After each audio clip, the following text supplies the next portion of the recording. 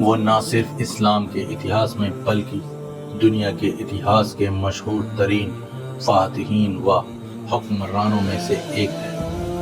وہ 1137 عیسوی میں موجودہ عراق کے شہر ترریت میں پیدا ہوئے۔ ان کی زیر قیادت ایوبی سلطنت میں مصر، شام، یمن، عراق، حجاز اور دیر باکر پر حکومت کی۔ صلاح الدین ایوبی کی بہادری، جرأت، حسن خلق، سخاوت اور بردباری کے پاس نہ صرف مسلمان بلکہ عیسائی بھی عزت کی نگاہ سے دیکھتے ہیں۔ صلاح الدین ایوبی نے 2 اکتوبر 1187 عیسوی کو یورپ کی سنیکت فوج کو عبرتناک شکست دے کر بیت المقدس کو اس نے آزاد کروا لیا۔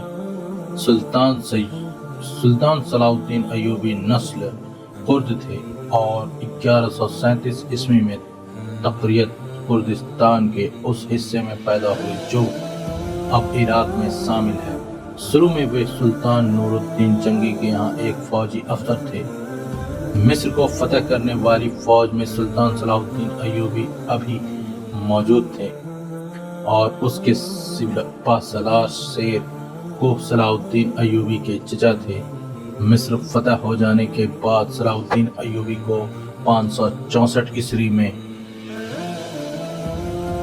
مصر کا حاکم مقرر کر دیا گیا تھا۔ اس زمانے میں 569 ہجری میں انہوں نے یمن بھی فتح کر لیا تھا۔ نور الدین جنگی کے انتقال کے بعد صلاح الدین ایوبی حکمران پر قابض ہوئے۔ سلطان صلاح الدین ایوبی اپنے حکمرانوں میں نور الدین جنگی پر بھی بازی لے گئے۔ ان میں سنگھرش کا جذبہ پھوٹ پھوٹ کر بھرا ہوا تھا اور بیت المقدس، مسجد الاقصی، یروشلم کی فتح ان کی سب سے بڑی خواہش تھی۔ مصر کے بعد صلاح الدین ایوبی نے 1182 عیسوی تک شام، موصول، حلب وغیرہ فتح کر لی، اپنی سلطنت میں شامل کر لیے تھے۔ اس دوران میں صلیبی سردار رینالڈ کے ساتھ 4 سالہ معاہدہ ہو چکا تھا، جس کی وجہ سے دونوں ایک دوسرے کی مدد کرنے کے لیے پابند تھے، لیکن یہ وعدہ محض کاغذی تھا۔ 1186 عیسوی میں کروسیڈرز کے ایک ایسے ہی حملے میں رینالڈ نے یہ کوشش کی کہ بہت سے دیگر عیسائی فوجوں کے ساتھ مدینہ منورہ پر حملہ کی غرض سے حجاز مقدس پر حملہ آور ہوئے۔ صلاح الدین ایوبی نے اس کی سرگرمیوں کو روک تھام کے لیے قدم اٹھائے اور فوراً رینالڈ کا پیچھا کرتے ہوئے حطین میں اس تک پہنچ گئے۔ سلطان نے یہی دشمنوں کے لشکر پر ایسا آتش گرا ڈالا جس میں زمین پر آگ بھڑک اٹھی۔ چنانچہ اس آتش میں ماحول میں 4 جولائی 1187 عیسوی کو حطین کے مقام پر تاریخی خوفناک ترین جنگ کا آغاز ہوا۔ اس جنگ کے نتیجہ میں 30,000 کروسیڈرز کی مارے گئے اور اتنے ہی قیدی بنا لیے گئے۔ رینالڈ گرفتار ہوا اور سلطان صلاح الدین ایوبی نے اپنے ہاتھ سے اس کا سر قلم کر دیا۔ اس جنگ کے بعد اسلامی فوج عیسائی علاقوں پر چھا گئی۔ حطین کے فتح کے بعد صلاح الدین ایوبی نے بیت المقدس کی طرف رخ کیا۔ 1 ہفتہ تک خروج جنگ کے بعد مسیحیوں نے ہتھیار ڈال دیا اور رحم کی درخواست کی۔ 2 اکتوبر 1187 کو بروز جمعہ بیت المقدس 88 سال بعد دوبارہ مسلمانوں کے قبضے میں آیا اور تمام فلسطین سے عیسائی حکومت کا خاتمہ ہو گیا۔ بیت المقدس کی فتح سلطان صلاح الدین ایوبی کا عظیم الشان کارنامہ۔ صلاح الدین ایوبی مسجد الاقصی میں داخل ہو کر نور الدین جنگی کا تیار کردہ منبر اپنے ہاتھ سے مسجد میں رکھا۔ اس طرح نور الدین جنگی کی خواہش سلطان صلاح الدین ایوبی کے ہاتھوں پوری ہوئی۔ صلاح الدین ایوبی نے ایک مثال فاتح کی حیثیت سے بیت المقدس میں داخل ہوئے۔ انہوں نے زر فدیہ لے کر ہر مسیحی کو امان دے دی اور جو غریب فدیہ نہیں ادا کر سکے، ان کے فدیے کی رقم صلاح الدین ایوبی کے بھائی ملک عادل نے خود ادا کی۔ بیت المقدس پر فتح کے ساتھ یروشلم کی وہ مسیحی حکومت بھی ختم ہو گئی جو فلسطین میں 1099 عیسوی سے قائم تھی۔ اس کے بعد جلد ہی سارا فلسطین مسلموں کے قبضے میں آ گیا۔ بیت المقدس پر تقریباً 761 سال مسلسل حکومت اور قابض رہے۔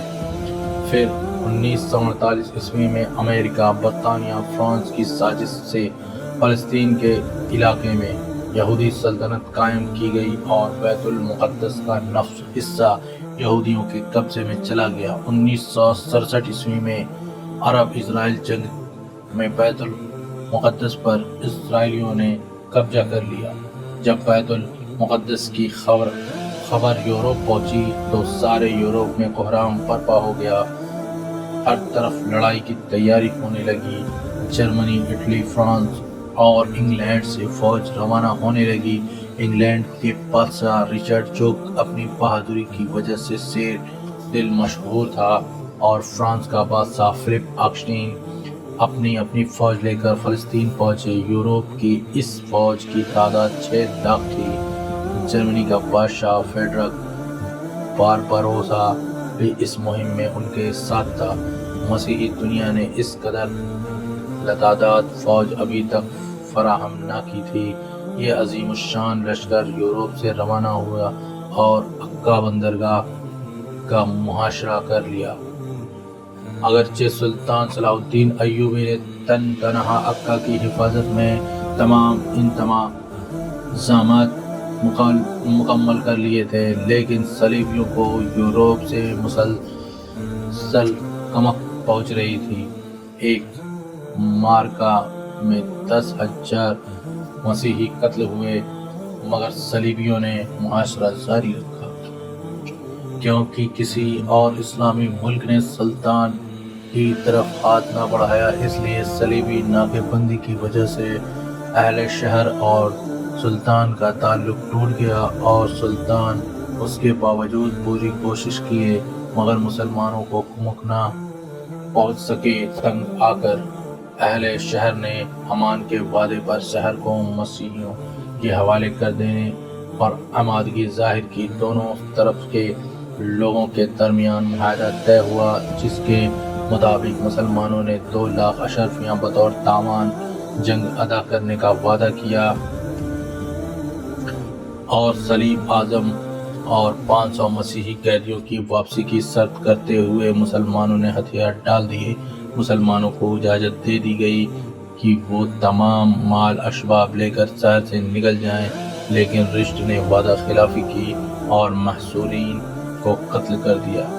عکا کے بعد کروسیڈرز نے فلسطین کی بندرگاہ اسقلان کا رخ کیا۔ اسقلان پہنچنے تک ان کا سلطان کے ساتھ 11 یا 12 مرتبہ مقابلہ ہوا۔ سب سے اہم معرکہ ارشفت کا تھا۔ سلطان صلاح الدین ایوبی نے بہادری کا درخش انداز مثال پیش کی، لیکن چونکہ کسی بھی مسلمان حکومت بالخصوص خلیفہ بغداد کی طرف سے کوئی مدد نہ پہنچی، تب سلطان صلاح الدین ایوبی کو پیچھے ہٹنا پڑا۔ واپسی پر سلطان صلاح الدین ایوبی نے اسقلان شہر خود ہی تباہ کر دیا۔ جب صلیبی وہاں پہنچے تو انہیں اینٹوں کے ڈھیر کے سوا کچھ بھی حاصل نہ ہوا، اور اس دوران میں سلطان نے بیت المقدس کی حفاظت کی تیاریاں مکمل کی، کیونکہ اب کروسیڈرز کا نشان بیت المقدس بنا۔ سلطان صلاح الدین ایوبی نے اپنی مختصر سی فوج کے ساتھ اس قدر عظیم لشکر کا بڑی ضرورت کے ساتھ مقابلہ کیا۔ جب فتح کی کوئی امید باقی نہ رہی تو کروسیڈرز نے صلح کی درخواست کی۔ دونوں فوجوں میں معاہدہ ہوا، جس کی وجہ سے تیسری کروسیڈرز جنگ کا خاتمہ ہوا۔ اس جنگ میں کروسیڈرز کو کچھ بھی حاصل نہ ہوا اور وہ ناکام واپس ہوا۔ رچرڈ شیر دل سلطان کی فیاض اور بہادری سے بہت متاثر ہوا۔ جرمنی کا بادشاہ بھاگتے ہوئے دریا میں ڈوب کر مر گیا، اور تقریباً